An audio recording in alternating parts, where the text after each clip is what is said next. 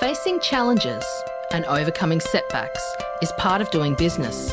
Whether you have the expertise to survive them or not could mean the difference between success or failure. Welcome to We Are Women, featuring revealing conversations that provide invaluable insights into the success secrets of female masterminds. A must listen for every entrepreneurial woman. Now here's your host, Janine Vosper. Good morning, good evening, wherever you are in the world. It's Janine Vosper here with the We Are Women podcast. Thank you so much for joining me today. I am talking about being somewhere in the world, a different time zone. I have Lana Kars. Lana is in New York. So evening for her, morning for me. And I'm going to look forward to this conversation, a little bit different than a lot of the other conversations that we have. And a little bit about Lana, but we're going to learn a lot more. She is the owner of Russian Nails, and she was born in, can you pronounce that please, Lana? It's Yekaterinburg. There we go, Yekaterinburg. I got it sort of right. Yeah, it is And great. made the transformative move to New York in 2016. Her professional journey took root in graphic design, yet a yearning for new horizons propelled her forward to a past filled with limitless possibilities. So very short intro. We're going to learn a lot more. Welcome, Lana. Hi, thank you so much for having me. And good morning to you. Good morning. Yeah. Just before we came on, we had a little discussion about my time and the visits I've had to New York. I'm not usually, I love cities, but there are a couple of cities around the world that I've been to, and New York is definitely one of them. I think it just has a buzz about it that is different than just a busy city. It's amazing, isn't it? It is amazing, and I'm so happy to hear compliments and not the opposite thing, because you can ask someone, how was it? How was your trip? And they would be, oh my God, it was too crowded. It was too much for me. And I understand them, and I am thankful to you for all the compliments, because I hate and love this city at the same moment. And it is different emotions every day in the city, but I do live here, for almost 8 years now. Okay, I can understand both of those comments. It's such a, and I think, you know what I found when I went to New York, I recognized so many of the places. So the first time I went there, I went, oh, I know that place. I know that place. And I realized because it's just on so many movies and TV that everything's familiar. Right. Yeah, I understand the same. When I just came in 2016, I was walking and thinking, I am in the movie. What is going on? Is it real? And I was turning around and all the yellow cups and all the beautiful, buildings and the people, everything looks the same as all the movies that I've seen in my teenage years. Yeah. I agree. It is. It's a familiar. It's sort of, and I'm not sure about you, but we're both coming from different countries into it. This felt like a comfortable going home. And it's a very weird feeling going into a place like that. That's amazing. Probably you're the word person. In Russian, we say it, like if you can live in any place where you travel to, because I felt New York as home. I think after 3 or 4 years, after living in New York and finding my place and finding my pace and people. Yeah. Yes. And that's an important factor, is finding people also. Yes. I'm always fascinated by people, and talk, while we're on this topic, that pick up from one country and move to another country. And saying that, I felt comfortable being there and it was home. I love travel and have traveled extensively, but there's always that, there's no way I would probably ever move out of where I live in Southeast Queensland. It's got family, it's got the weather, it's beautiful. But it's that this has fascinated me all the time, is people who pick up from one country and move somewhere else. Was there a catalyst for you, or what was it? Yeah.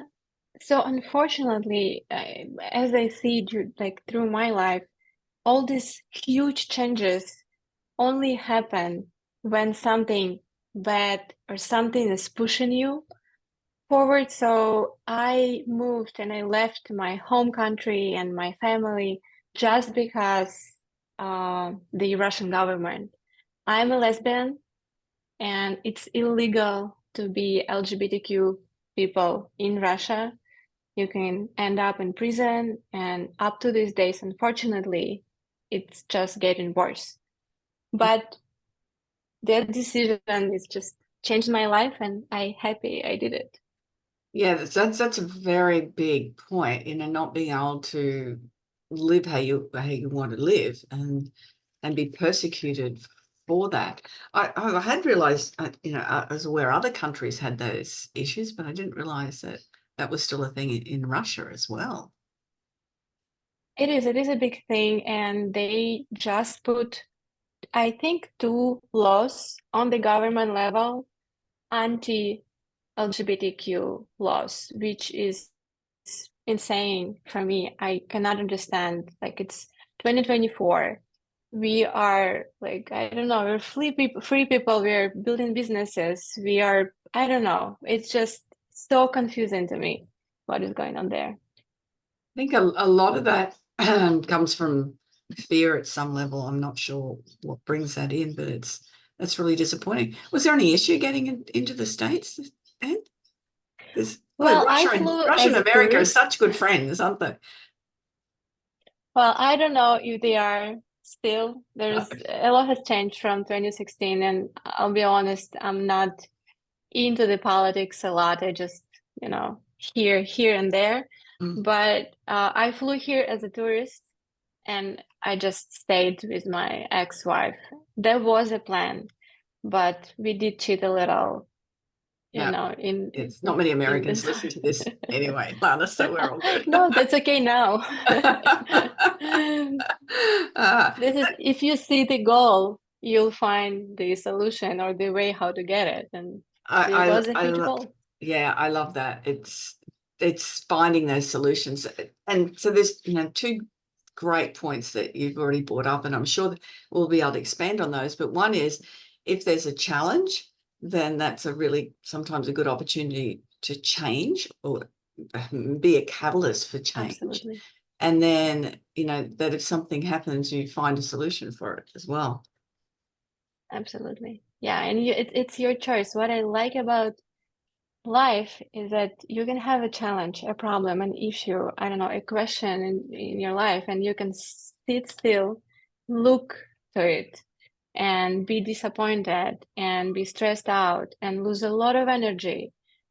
Or you can stand up and take the first step, and there you go. There is no issue anymore, and it's always in your hands. Yes, and sometimes that just needs to be a little first step, and then once you're starting moving forward, it's a lot easier to keep that momentum going. I absolutely love that. Now, when I received your information, it said that you are dedicated to enhancing the beauty of New York's remarkable women. What does that mean? This is beautiful language. Probably one of my colleagues written that, but I think women's confidentiality itself, it's like a list of tiny, tiny things. Is your hair done? How is your roots? Are they fresh? I don't know. How is your makeup? You want to go and change it? Like, do you want to iron your basic white t-shirt? And then, do you have your freshly done nails? Mm-hmm. And this is where I found my passion in nails, because back in my country, also in Ukraine, all the Soviet Union countries, we are crazy about beauty, and you probably understand why, because women should look great. But then you remove should, and I want to feel them greater. And yeah, this is what it is about, I think. Yeah, and look, I really, really understand that. And it's not a pretentious thing. It's not something that's superficial. It can be, that can be part of it. But I found that I think sometimes that the beauty from the outside will resonate inside, and then inside will resonate outside as well. I love it. Yeah. I It's love it because you see them and yep, sorry. no, that's it's beauty is, for me, you know, I can see people, you'd see a lot of that on reality TV shows as well. And that you'd go, oh my goodness me, it's not real. But when you're seeing real beauty, it's a very different thing. I see. Yeah, I see what you're saying. And yeah, all the filters, all the makeup, everything that I don't know, all the TV shows that you're talking about, Instagram, right? And you Yeah. see all this photoshopped beauty. And I think I can confidently say that I hate it because I like some makeup, yeah, but just to boost your confidence, Mm, not to cover who you are, right? mm, And when you're on Instagram, I'm there every day. This is kind of part of my job now. mm, Because again, it's 2024, but I would never use filters. I would never suggest doing that to any woman because mm, we are beautiful and we do forget it because mm. I don't know, we just And listen. Yeah. yeah, absolutely, and it all counts. And I run retreats, and personal branding retreats, and with a stylist and a photographer, and I help people with their story. And what I find on there is that it's an opportunity through telling a story or just feeling great in front of the camera. It comes out when you've got that confidence and you feel good about yourself. So yeah, pop on the makeup, and I mean, I I love my hair, so that's, you know, that's part of it. But it's and I've had my nails done for 25 years, probably, every 3 weeks. It's such an important Yeah. factor. But it's that beauty that goes with it. And on the retreat, one of the things we do is we ask people to gift each person in the room a little statement that what they've found about that person. And nothing comes back to their looks. It all comes back to who they are. Yeah, which is such a it's I know we're going off the beauty stuff with what you do, but it's all part of the package. It's being real within the package. And I just want to share a story about hands and nails. I have always had really old looking hands. So even in my 20s, I had old looking hands. And it's been one of those things that just, and when I was much younger, I used to bite my fingernails as well. I started getting the nails done many, many years after stopping biting nails, but they never looked right. But I still have the old looking hands. I saw a movie one time, which was actually set in New York. It was about some young ballet dancers that were part of a American troupe of dancers. And one of the dancers got ill with cancer and was going to have a short life. And he went with a friend, and there was a lot of seniors dancing in the gazebo in Central Park and just dancing to music and waltzing. So they started joining in, and I know I'm going to get emotional here. And he said to his friend, all I ever wanted was old hands. Oh my God. Was that line for you? It was for me. So Yes. even though, yeah, my hands still look old, and you know, the nails help make them look nicer because people do comment on the nails, not the hands. But I just thought, you know, that's such an important factor to remember what we're blessed with. Right. I've made, you know, by the time this goes to air, I will have had my 65th birthday. So that's, you know, most something like 40% of the population don't make it to 60 apparently. So it's, you know, to have that blessing is to have old hands. I'm very proud of my old hands now. Thank you for saying this out loud. I'm very proud of you and like thank you for bringing this story here because like I don't know, sometimes you see a couple and they're just in love with each other. And he is in love with her hands and with her feet and with everything that she has. and vice versa. Mm, And sometimes we look at ourselves and we are so critique to ourselves, mm. but we're as beautiful as that girl or that woman that we saw in the movie. We are just the same. We are completely different, but we are as beautiful, and especially when we know about it. Yeah, I Right. think that's so important. That's lovely. It is so important for women to hear this. That it's not about what others think. It's about what you think of yourself, or what the most Absolutely. important people in your life think of you. But even then, it's not that Right. important. It's what you think about yourself is an important factor. All right, Yeah, let's and go I into think the we all business. should grow it. Yeah. Yeah, Yeah, sure. yeah, yeah. So, I love this topic. so do I. It's important. But coming, as an immigrant, and then having to get a job, start a business, what was that journey like for you?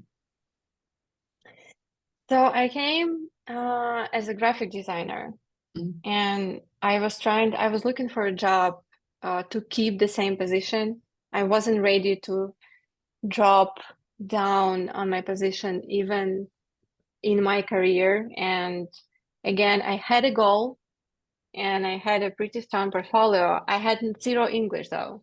Even now, like my English pretty limited. But 8 years ago, I was sweating ordering a coffee at the Starbucks. And I was sending my resume and my CVs and my portfolio as crazy to every email that I could find. And I got my first job.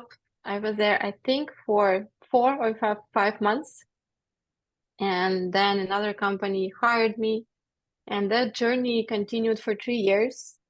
It was a happy designer life. I was living West 70th Street, and I was working 60th on the East. So I was crossing the Central Park every morning and every night. And it was all so lovely. And so I think I love that part of my American journey. It was kind of American dream, they call it. mm-hmm. You have a good salary, you have an office job. Yeah, but then the company fired me, and I honestly lost myself. I was in a career for over 10 years, my whole adult life, but I wasn't ready to go back because when they fired me, I felt that was my fault. And I think a lot of people can feel that, but it wasn't my fault. But at the time, I felt like this and I couldn't go back. And this is where my business journey began. I started looking around, sniffing here and there, and I saw a nail salon packed. And that was my eureka moment for that first thought. Yeah, that's I can understand that, getting fired, losing, and it's what I've portrayed it as, losing your identity, especially if you've been doing something for quite a while, and it's, who am I now? What am I going to do?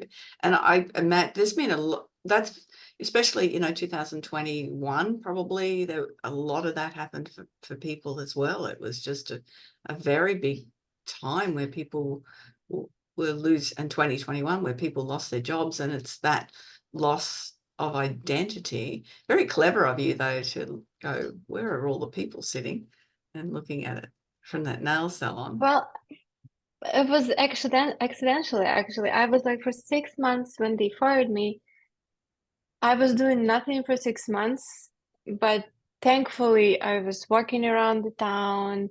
I was trying to do my thing, not to go too depressed or not to lose myself at all. I cannot tell that my friends or my ex-wife was supporting, because everyone has their own life. Mm. And I am very respectful about it. If you are in a sad moment of your life, it doesn't mean everyone should be with you. And I was lonely at that time. But because I was trying to go out, I was trying to look around. What is there? What are they doing? Should I try that? Should I try that? I saw that nail salon that clicked in my mind, and I'm like, okay, should we try? So you purchased a salon? Is that what you did? No, I didn't purchase any salons. I saw that salon packed with people, and I thought they are doing their job not as great as in our country. And I called my friend. She has a photo studio. She had it, I don't know how about now, in downtown Manhattan. I called her and I said, can you please rent me a corner in your photo studio? I'm gonna do a business test.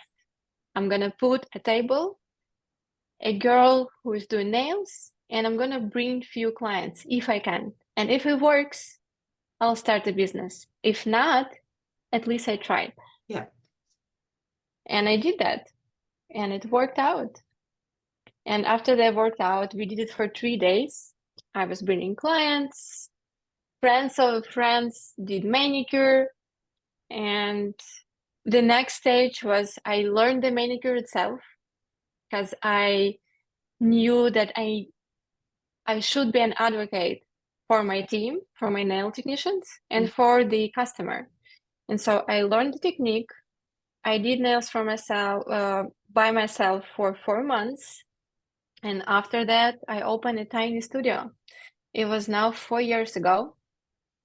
And now it is 2 salons with a good number of revenue yearly and a lot of people working for me. Most of them are also women immigrants from different countries, which I am very proud of. Yeah, that's wonderful. So it's that, oh, here I am going to take a risk, but it was a very smart way to take a risk. I mean, and paying for real estate in Manhattan would have been crazy, wouldn't it? Crazy. So that's Yeah. a clever way to do it and have that contact. What's the difference between Russian nails and other nails? Thank you for your question. There is out there a few different techniques. I think there's Japanese, something else. Russian technique is an e-file technique. So we never use water. We use e-file machine to clean your cuticle. Yeah. And it looks clean and nice and shiny. And then we prepare the nail plate that way that your gel manicure, the way how we apply it, is gonna look nice, great, and as brand new for from 3 to 4 weeks. Yeah, that sounds very So you similar come in to once a how month. my tech does it. And as I said, I've had the same technician who had her own place and now works from home for 25 plus years or something. So Oh, that's amazing. yeah, but it is. She found her technique. Yeah, Yeah, great. yeah. Now I was wondering when I originally read your bio, going, oh, what's a Russian nail? So, but is that something that, because it's that process, do you think what's attracted clients to? I think in the New York City, people are crazy about their time. And when I say you'll be at my place for 1.5 hours once a month, and the whole 4 weeks, you're gonna have beautifully done nails, and you'll never think about any chip or anything wrong about your nails. This is what is the value for them. Yeah, yeah. And also like the service and how we do it. It's different businesses, they run service differently. And unfortunately here, when you come to the regular salon, you don't feel welcomed every time.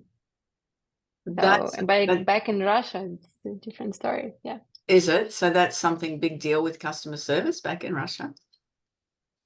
I believe so. We have a big restaurant industry and beauty industry, and the competition is super high there. So we have to keep the level. That's a really important point, and that's a very important point for anybody in any sort of business. Is you can get a bit slack if you don't have competition and things seem a little bit easy, but it's great to have the competition because it keeps improving your ability because you're very aware of it. It makes me think of our Australian swimmers and our athletes, because this country's only got 25 million people, and we bat way above our average when it comes to the amazing athletes we have. But what I noticed, and swimming is one of the things I love to watch, but what I notice is always two people at that world level in a particular stroke or something, and the more they compete against each other, the better they get. Yeah, so Right. we need that. So for people who worry about competition, don't, because you need that to improve yourself and your business as well. Sure. Yeah, I agree with that. Yes. Yeah. And if you're a true businessman, you like it and you feel the energy in the competition. If you're scared of it, well, maybe question yourself on your journey, Yeah, because it is a competition out there. definitely. What sort of principles did you learn that has got you the success that you had? Let me think. Well, first of all, it's a consistency, probably. If you start something, if you start doing nails, you have to be there consistently for your team, for your clients. Never let them down. If she scheduled a manicure, it might be for a big reason. It might not, but you should be there and you should deliver the greatest manicure of your life to every customer. And consistency with your team. If you have a team, you should do your best with the salaries, with the scheduling, with everything, with the transparency. So I think consistency is the number one in every part of our life, business, sport, relationship, with everything. What else? I think passion. If you are not passionate about your business, and this is I found in a hard way, because I launched few more projects and some of them weren't successful. And what I found out after, like after a year after, or maybe like some time, when I was thinking about it, analyzing, what I found out that I wasn't passionate about it. I just saw some money in there. I saw some gap market, and I'm like, okay, I think I should be good at it. And no, you're ending up with almost nothing, or losing sometimes. So passion is a big ingredient for success. And so if you're passionate, if you can be consistent with what you're doing, I do think people will follow you, and you'll find your team and you'll find your customer. They're two extremely good points, and I think that's an important factor, is that passion or that why. What is it that you're doing? Why you get up to do it each day? What it is that motivates you to do it? It for you, it's not. I imagine I'm maybe putting words in your mouth. It's not sitting there doing nails. That's not the passion. The passion is the business, the people, the staff, or creating all of that. Would I be right? You're right. And when I started, a lot of my friends and ex-colleagues were thinking that I wanted to be number one nail technician in New York City, but it was completely false. My goal was to become a number one nail salon chain, like something, a business that will be in a line. Where do you do nails? A Russian nail. And I think you will find your passion on the path. Sometimes you like the idea, but you don't feel that in yourself yet. But once you're there, once you hire the first people, once you see a happy face of your client, how she just light up with that freshly done nails, you find your passion. My passion is with my team. When I see 50 women on my morning meeting, I having goosebumps. I love it and I want to grow it. I love my customers, but I was always there for my team. This is my passion. That's incredible. So that's 50 staff you've got across 2 stores. I think more we have some of the employees online working remotely from different countries. Mm-hmm. But yeah, it is about this number in our group chat. Yeah, that's incredible. And how did you go when they shut New York down? At that time, I had a small store. I didn't move to a bigger location yet, but I had a small store, but I myself was a small businesswoman at that time. And for me, that was a big, big deal. I was paying the rent the whole 4 months. It was from March 16, I remember as it was today, and until July 18. I was paying rent. I was waiting. I was in contact with my team. I lost half of my team for different reasons, but it was all for good. Mm. When we were open again, and I'm saying we because I just so used to it because I have a team, because it's not me alone building this business. Sometimes you see the project and you think, how does she do it? She doesn't. There is a team behind her, 100%. And when I opened back in July of 2021, right? Of 2022? No, 2020. I'm so sorry. 2020, yeah, right? yeah. I have a line. I had a line of customers to my tiny store supporting Going and my cheering. nails. Yeah. Yeah, yeah.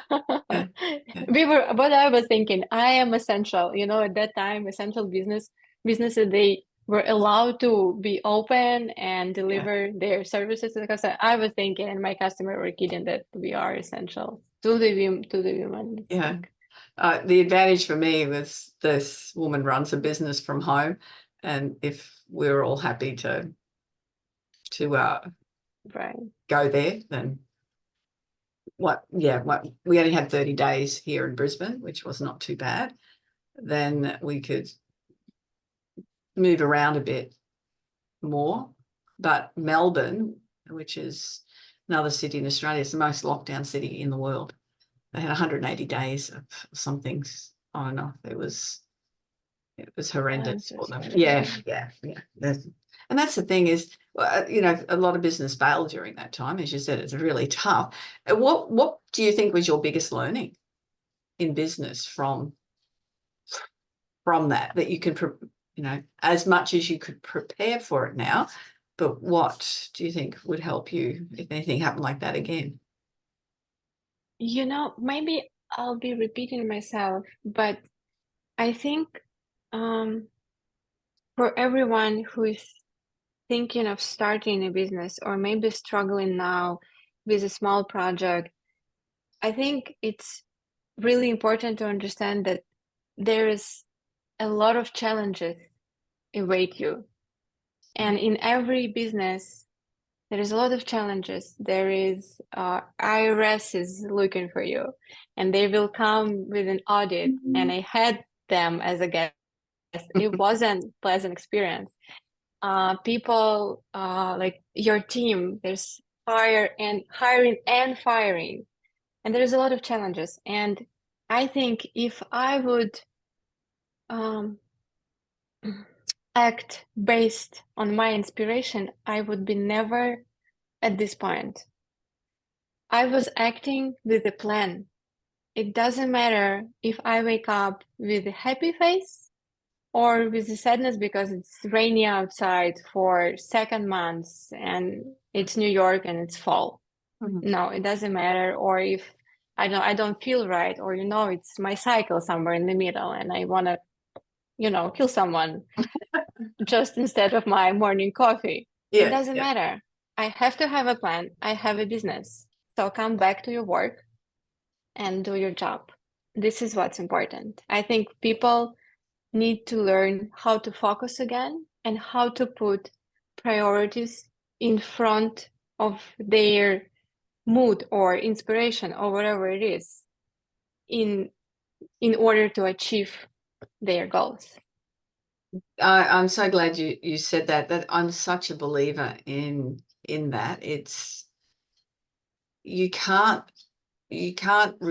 reflect out. as to you've got to just, and especially when you've got a team and you've got people that you're responsible for, you can't be up and down all the time. You have to be that solid base for them. And it's fine then for us to have other people that we can go to and go, oh, this is so tough, but it's not what you show your team and your staff and your customers. That they don't care. They only care that They they're don't. looked after. Yeah, that's important. I remember, now this is another story. I remember this many years ago. I taught aerobics for 10 years. And I remember one Friday afternoon, I had a class that evening at about 5:30. And my husband and I just had a big fight. It was just, and I'm not in the habit of throwing anything, but I threw some tea against a wall. And then I've had to go and leave to go and teach this aerobic class. So I get to aerobics and smile, jump around, do the aerobic class, and then drive home and then clean up the mess of the tea and continue the fight. It was...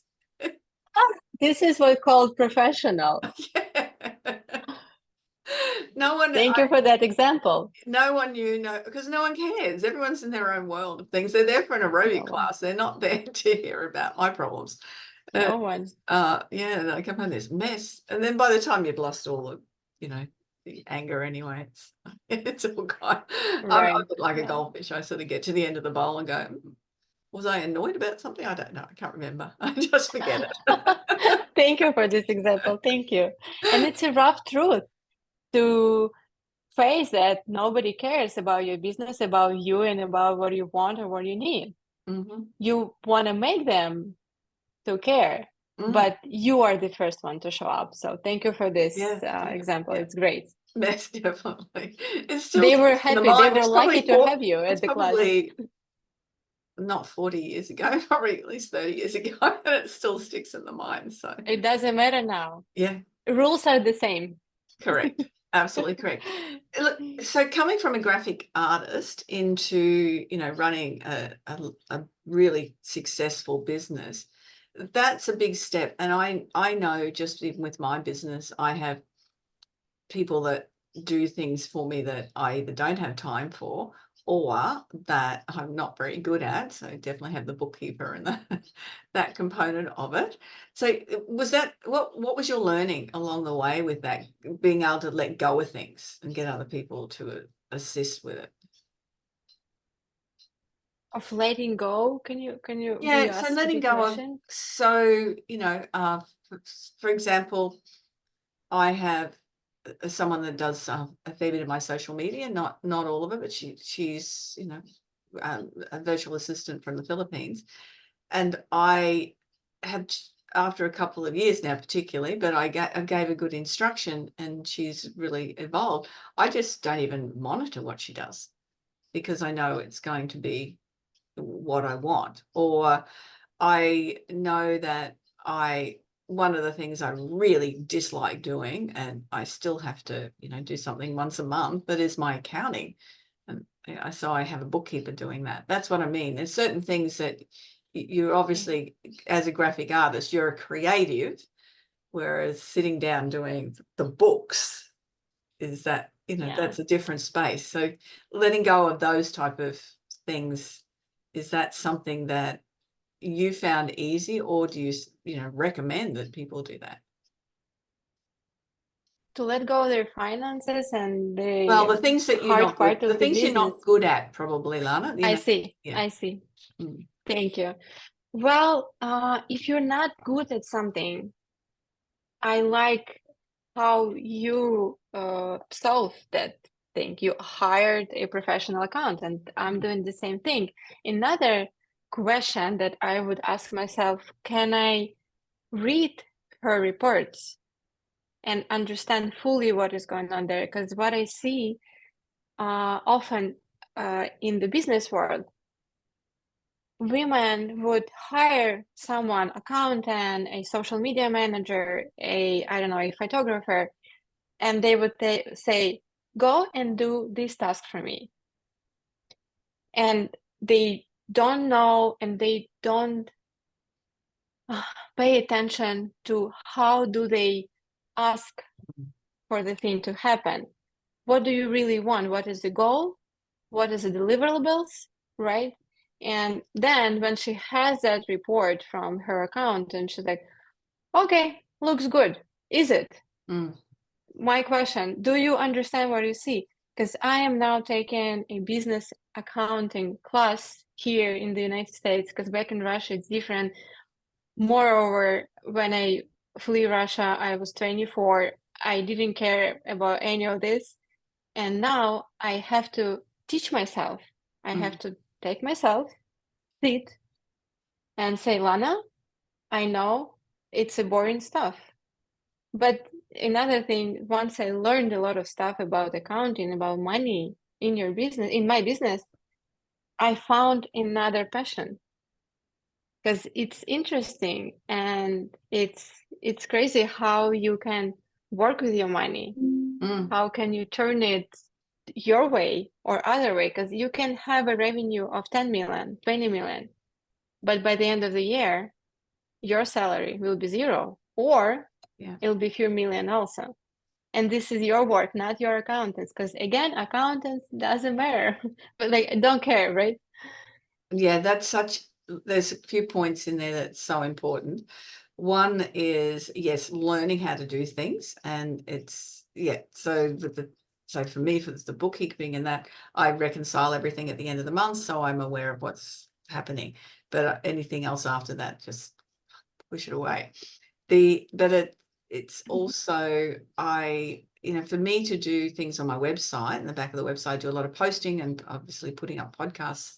And I like to do all that myself. And there's other components I like to do myself. So I learn how to do each of those things, which means then when I'm working with my clients, when something basic comes up, that I understand how to get the best out of SEO and those type of things, and can look at a WordPress site to assist them, but not as an expert. But it's all those components. I think that, and yes, I totally agree. I said I hand it off to my VA. The stuff that she does is fairly basic, so it's simple, but you really have to be aware of what's happening in your business. I think that's a really good point, is being very aware and getting some skills on things so you can be aware of it. It's such an important aspect. Right. Yeah. And most especially definitely. when you're Yeah. So if you're scaling up a business, what sort of strategies or what ideas can you suggest that would be of use? on how to scale a business. Yeah. Well, it's such a big question.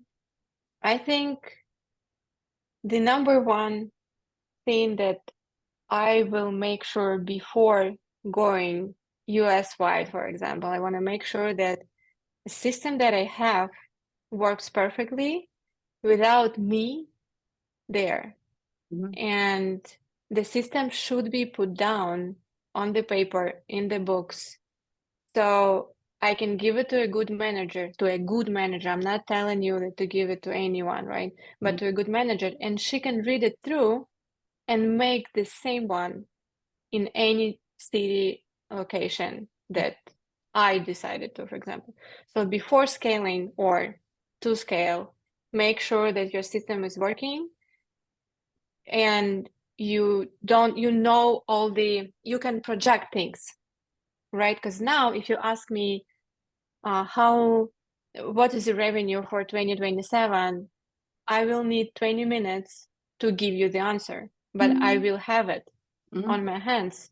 And it doesn't matter, like I cannot project lockdowns anymore, but I know how it's gonna look. A regular winter, I know how it's gonna look. So having these two things, I think you can go and you can scale. And another part of it, I think, is psychological. It's what's stopping me sometimes, and I catch myself in it, to go and scale. Well, first of all, scaling means different things for every person, because when I say scale, I imagine 30 to 50 salons US wide. Maybe for someone, scaling is to hire that first employee, but again, the same thing. Make sure you know what to do. Write down how do you want them to do it, Mm.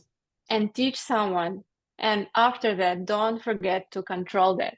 Mm. And do it again, again, again. It doesn't matter. Do you have 1 employee, 50 employee, or 150 employee? You're just gonna have put manager on top of them and manager on top of them, and that's it. I Yeah. think it's pretty easy, but at the same time, it is complex. So yeah. It is, and I totally agree. Putting systems in place, and that's something that a lot of people don't do.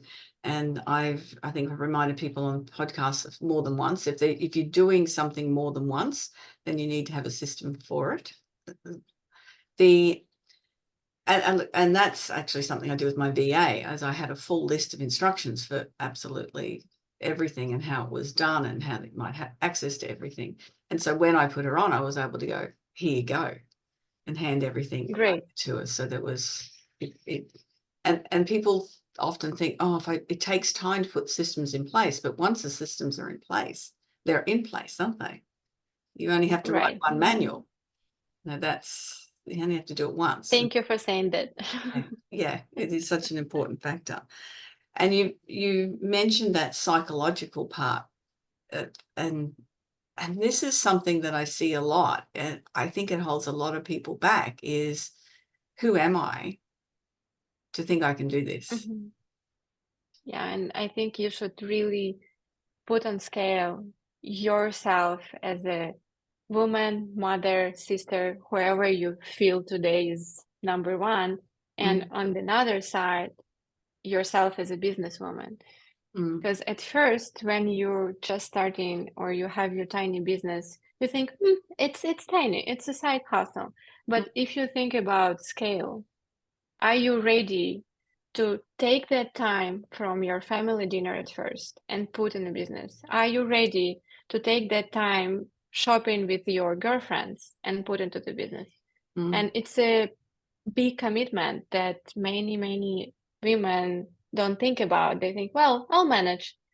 Well, you'll manage, but maybe you'll lose something, and don't want you to be upset about it. So think about it and take a full responsibility on it. I want it, I'm gonna do it. Or, well, you know what? I am really comfortable, and I know it is a huge trend now to be a businesswoman, but it's not about trend, right? It's about you and it's about your life.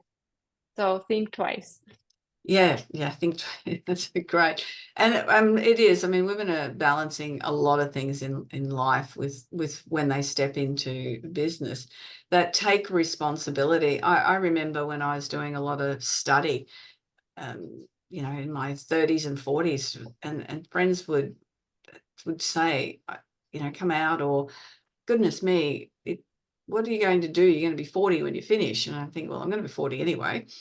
And you have, and I have all these skills, and it's really made a difference and it's one of those things. I get a little frustrated when people going how tough their life is going. Well, get out from in front of the TV and go and learn something, or do something that's productive rather than doing that. But so, yeah, I'm a big believer that people who've put in the effort deserve everything that they receive. And it's not something that, in Australia, we have a thing called a tall poppy syndrome, which means if somebody stands up taller than anyone else doing better, that people can pull them down.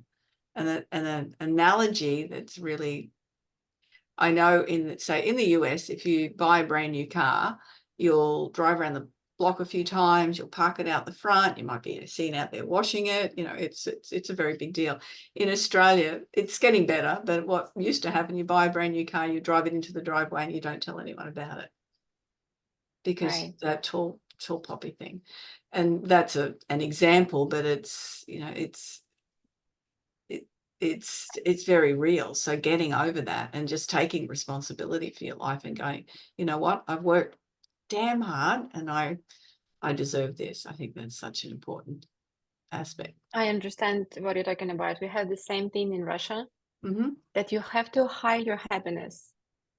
If you're happy, well, be not too happy, like be normal, okay? Stay with the society. If you pop up, no, this is not correct. But if you feel that energy inside you, you know what to do. Yeah, right, yeah, very similar then. We've had a great conversation, Lana. It's been so much fun. We've covered so many areas. If you want to give some takeaway points for the listeners, what would be the 3 takeaway points? Oh, you're so great at this resume, but it's thank you for having me, first of all. It was a pleasure to talking to you. And now I think one thing that for me is important is that we are all the same. It doesn't matter how old or young are we. We are women, we're beautiful, and we can be inspired, and we can conquer the world. We just need a little bit of support from each other and just believe in ourselves. And here we go, running businesses, building families. Yeah, I think this is what I took from this conversation. Yeah, I think I know we had some more business things listed down, but I think that's such important things to take away. I think that is very much of high value, is to really, for my takeaways from this is the love of self. It has to come from self first, and that beauty within yourself, and just recognizing no matter whether you got old hands or not, you are beautiful every component, and then take that responsibility and take the risks as well. That's definitely something that I also got. And I also got that find a solution. There's a solution out there for everything. Lana, if people want to reach out and connect with you, what's the best way that they can do that? I love Instagram. I think it's fun in some way. And I have my account. It's Kars_Lana, just 8 letters. And I'll be happy to chat, to help with any business questions. I love to talk about business. So if you're starting a business or thinking about it, or you're right in the middle of everything happening, I am happy to talk and help and support. Excellent. I really appreciate that, and I'm sure the listeners will. It's been such a fun conversation. I'm glad that we got together and met. We've got so many things that we're on the same page with, and this is another thing that I have things pop in my head as I talk about something. It's very much even though we're quite different generations, so I'm sitting in baby boomers and you're sitting in Gen X, we can have the same principles, the same values in things, which is, I think that, and that's part of the thing when I'm working with different groups about communication. It's not the language or the method of communication that's important. It's whether you've got the same values. And here we are sitting, many countries apart and different heritage and different cultures. I agree. Still sitting with those same values, which is what is going to change the world, Lana. Absolutely. Yes. Yeah. I agree. Thank you so much. I am feeling like I'm talking to an old friend, and I can continue talking to you, and definitely will stay in touch. And I agree. It is a little, it's amazing. Like, how are we from with completely different backgrounds, but at the same time believing and valuing the same thing. Yeah, most definitely. Thank you so much. That's another episode of the We Are Women podcast. Remember to visit JanineVosper.com and book a strategy call and have a conversation. If I can't assist you with what you're looking for in life and business, I've interviewed over 160 amazing women from around the world, and I'm sure I can point you in a direction of someone that can help you. Have a fabulous day, week, month, year, lifetime. I look forward to you joining me next time on the We Are Women podcast. Bye-bye for now. So, do you feel stuck in a rut in business? Visit speechperfect.com.au and download Janine's free ebook to avoid the 5 most common stumbling blocks women face in business. It's jam-packed full of tips to overcome the barriers that could be holding you back from the success that you dream your business will be. We would love you to leave a review of today's episode and share this podcast with other women in need of entrepreneurial inspiration. Subscribe to the next episode now and join the We Are Women community.